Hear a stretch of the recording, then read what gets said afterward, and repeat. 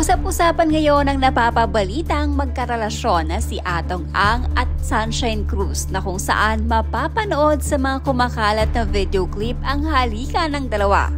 Ilang buwan na ding usap-usapan na umano'y may relasyon ng aktres sa negosyanteng si Atong Ang.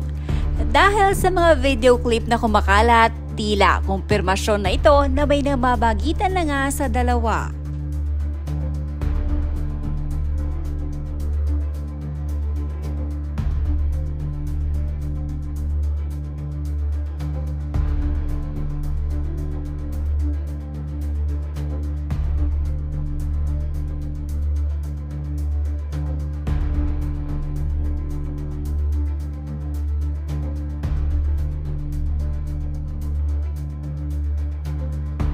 Yung Cesar Montano gets ko pa kasi bata pa si Sunshine noon.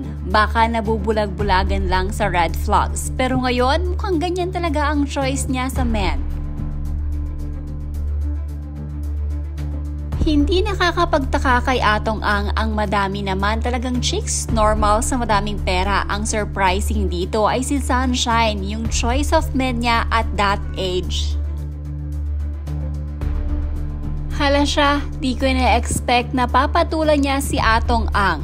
Parang labag pa sa loob ni Uncle yung ginawa ni Sunshine. Barene no, pag mapera ka, lahat nakukuha mo. Sana all, Atong. Anyway, I respect the hustle, Sunshine. Hanggat makinis at sariwa yang go lang.